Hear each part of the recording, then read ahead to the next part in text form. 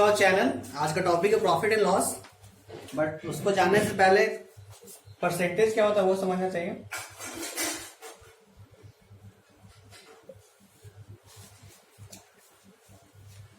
तो परसेंटेज होता क्या है? तो परसेंटेज बोलता है परसेंटेज इज अ रेशियो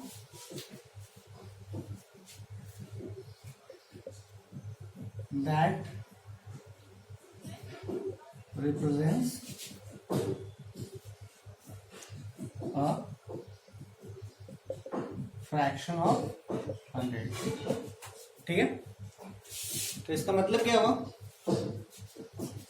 जैसे हम बोले कि 80%, 40%, ठीक है, तो इसको हम लिखते कैसे? ये लिखते हैं 80/100। इसको कैसे लिखते हैं? 40/100। और इसका मतलब क्या हुआ? जैसे कोई क्वांटिटी है, सपोज करो 500 क्वांटिटी, ठीक है। तो अगर इसका मेरे को परसेंटेज निकालना है कि 80% ऑफ दिस, इसका मतलब ये हुआ कि ये 500 को हम लोग 100% मान लिया। 100% है 500, लेकिन मेरे को 80% चाहिए, मतलब 80/100 चाहिए। ये 100 है, ठीक है, मतलब हम लोग 500 को 100 माने हैं, ठीक है। और मेरे को अब 100 नहीं चाहिए, मेरे को 80% चाहिए। इसका मतलब 100 है जो है, ये है 500 माने हम, तो इसको ऐसे लिखेंगे हम लोग 500/100 इंटू 80। ये हुआ 80%, ठीक है। यूनिटरी मेथड से भी हम वही बताना चाह रहे हैं कि 100 नीचे आ जाता है, फिर 80 दोनों तरफ मल्टीप्लाई करते हैं तो हो गया 80% ऑफ 500। तो जैसे यहाँ पे 80% निकालना रहेगा तो होगा 80/100 इंटू 500। अब बोलेगा कि मेरे को 40% निकालना है किसी चीज का, तो इसको करेंगे 40/100 इंटू जो भी चीज हो, एक्स हो, वाई हो, जो भी हो। तो ऐसे हम लोग परसेंटेज फाइंड आउट करते हैं, ठीक है। तो परसेंटेज समझने से पहले कुछ और आपको और जानना चाहिए।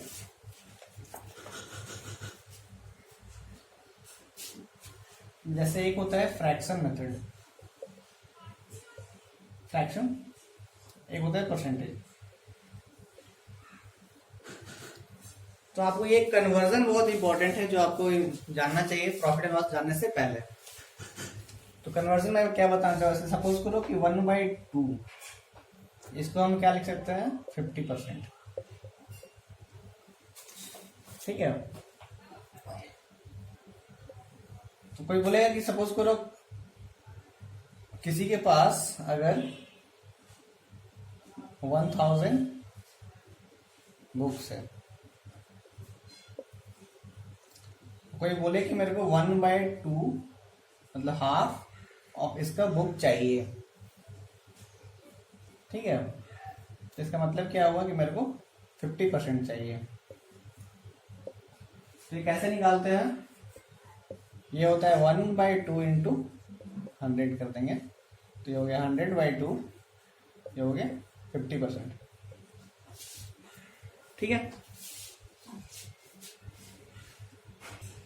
वैसे ही कुछ फ्रैक्शन है जिसके परसेंटेज आपको याद होना चाहिए। जैसे 1/2 हो गया, 1/3 हो गया, 1/4, 1/5, 1/6, ठीक है। तो ये परसेंटेज कितना होगा?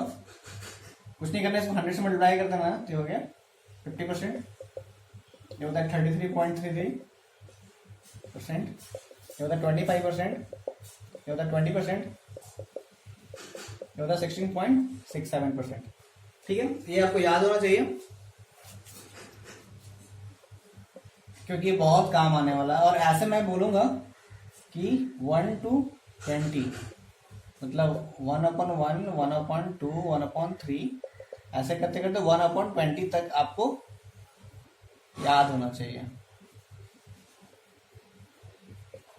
ठीक है, तो आप इसको कैलकुलेटर से या कहीं कहीं से देखकर आप कॉपी में नोट कर लो और याद कर लो, ये बहुत इंपॉर्टेंट है।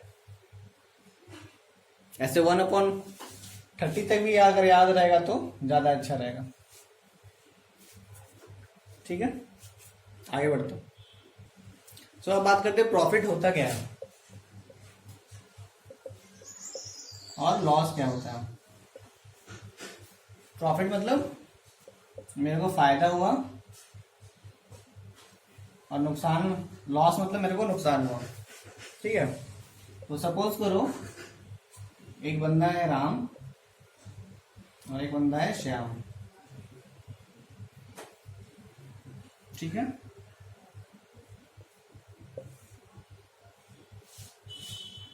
तो राम के पास सपोज करो कुछ गुड्स है और उसका प्राइस है 100 रुपीज। ठीक है, इसका ये प्राइस है। राम ने भी कहीं से खरीदा होगा तो उसका ये प्राइस जो है, मतलब इसके लिए इसका जो कॉस्ट प्राइस है सीपी, उसको बोलते हैं कॉस्ट प्राइस।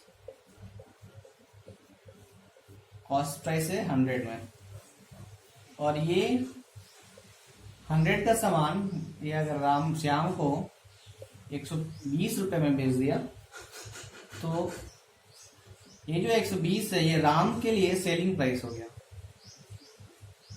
ठीक है, और ये श्याम के लिए कॉस्ट प्राइस हो गया क्योंकि श्याम ने इसे 120 में खरीदा। अगर श्याम यहां से किसी और को बेचेगा, सेल करेगा यहाँ पे, तो इसका इसके लिए 120 सीपी हो गया और ये जो होगा ये इसके लिए एसपी होगा। ठीक है, तो अब पूछेगा प्रॉफिट कितना हुआ इस ट्रांजैक्शन में।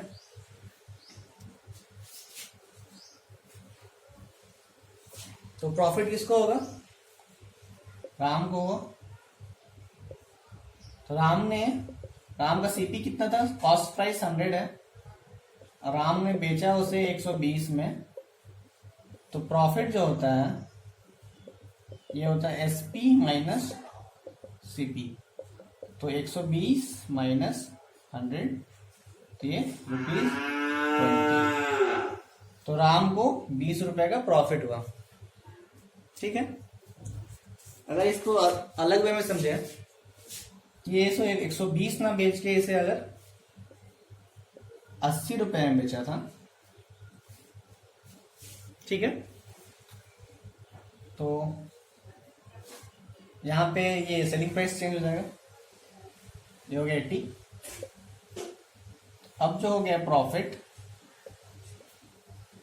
ठीक है, तो आपको ऐसे दिख रहा है कि ये सेलिंग प्राइस जो है वो कम है कॉस्ट प्राइस से, तो लॉस होगा। वैसे ऐसे हमारा प्रॉफिट कितना, अगर प्रॉफिट ही लिखे यहाँ पे, तो हो गया SP minus CP, this is equal to -20। तो माइनस मतलब ये बोल रहा है इसको प्रॉफिट नहीं हुआ है, इसको क्या हुआ है, लॉस हुआ है। तो लॉस कितना का हुआ है, लॉस हो जाएगा 20 का। अगर प्रॉफिट पूछेगा तो -20। ठीक है, तो उसको हम लोग लॉस बोलते हैं। तो यहाँ पे प्रॉफिट क्या होता है, लॉस क्या होता है, समझ गया। और अब पूछे कितने % का प्रॉफिट हुआ है। ठीक है, तो पहले फर्स्ट केस में देखते हैं।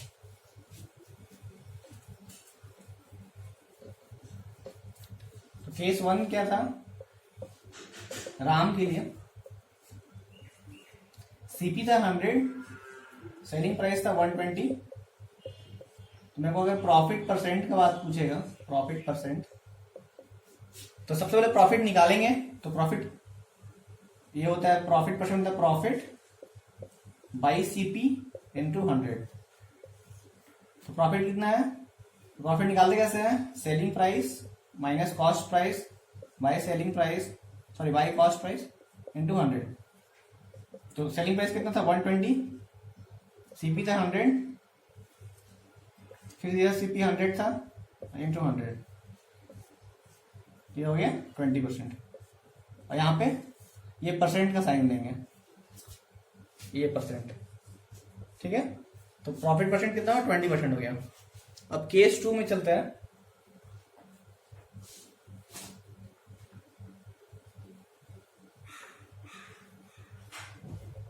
केस 2 क्या था, सीपी था 100, एसपी था 80, तो यहाँ पे लॉस हुआ था, तो लॉस परसेंट कितना होगा। तो यहाँ पे जब लॉस हो रहा है, तो जब क्लियर लॉस है यहाँ पे, तो हम सीपी माइनस एसपी लिख सकते हैं, ठीक है। यहाँ पे लॉस हो रहा है बाई सीपी इंटू 100, तो 20 का लॉस था, 20 बाई 100 इंटू 100, तो लॉस परसेंट हो गया मेरा 20%,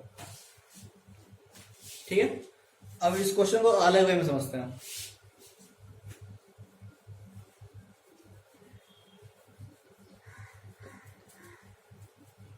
ठीक है, केस 1 लेते हैं, और इसमें ये अलग से बोलते हैं कि राम का जो सीपी था वो 100 था। अब क्वेश्चन में थोड़ा डिफरेंट ये रहेगा कि हम यहाँ पे बोलेंगे कि राम को जो प्रॉफिट हुआ है वो 20% का हुआ है, तो मेरे को सेलिंग प्राइस निकालना रहेगा। तो सेम क्वेश्चन है, उसको अलग वे में है, तो उसमें मेरे को प्रॉफिट परसेंटेज निकालना था, अभी मेरे को सेलिंग प्राइस निकालना है। तो ये निकालने का तरीका ये थोड़ा अलग होगा, ये समझते हैं।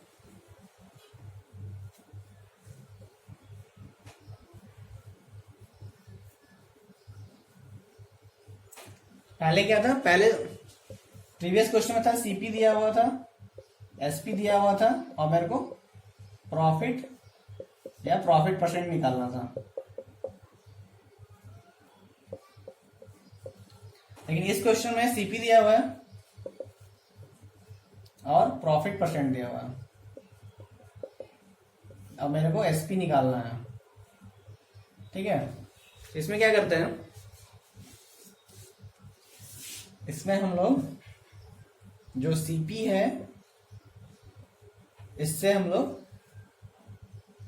जो प्रॉफिट परसेंट है मल्टीप्लाई करते हैं प्लस सीपी लिखते हैं, ठीक है। इसको देखेंगे कैसे बनाते हैं। तो सीपी कितना है मेरे पास 100 इंटू प्रॉफिट परसेंट कितना 20% है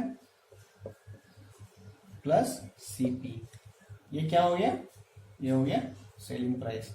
तो 100 कैंसिल, सीपी कितना 100 था, तो ये हो गया 100 प्लस 20 हो गया 120, ठीक है। अब इसको हम लोग फ्रैक्शन मेथड से बनाएंगे।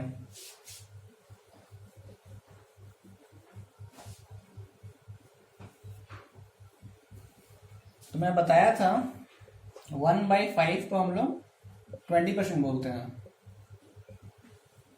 जो मैं बोला था आपको ये फ्रैक्शन याद करने के लिए, ठीक है। तो 1/5 को 20% बोलते हैं। तो जब बोले कि ये 20% से अप हुआ,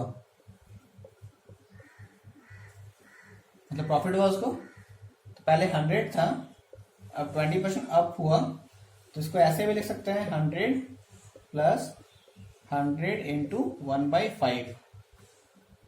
डायरेक्ट हम यहाँ पे परसेंटेज ना यूज करके फ्रैक्शन यूज कर रहे हैं, ये हो जाएगा सेम हो जाएगा 120। ये बताने का रीजन एक और है कि आप ये जो किए इसके अलावा एक और तरीका यूज कर सकते हो। तो इसको और क्या लिख सकते हैं, इसको अगर 100 कॉमन ले लें तो हो गया 1 + 1/5, तो हो गया 100 इंटू 6/5। तो मैं आपको ये बताना चाहता था कि अगर बढ़ा है, ठीक है, तो पहले 1/5 नॉर्मल फ्रैक्शन 20% के लिए, ठीक है। 1/5 जो है मेरा ये 20% के लिए यूज करते हैं। लेकिन अगर हम बोले कि 20% जो है वो बढ़ा है और अगर हम बोले 20% जो है वो घटा है, तब उसमें हम लोग 1/5 यूज ना करते हुए डायरेक्ट क्या यूज करेंगे,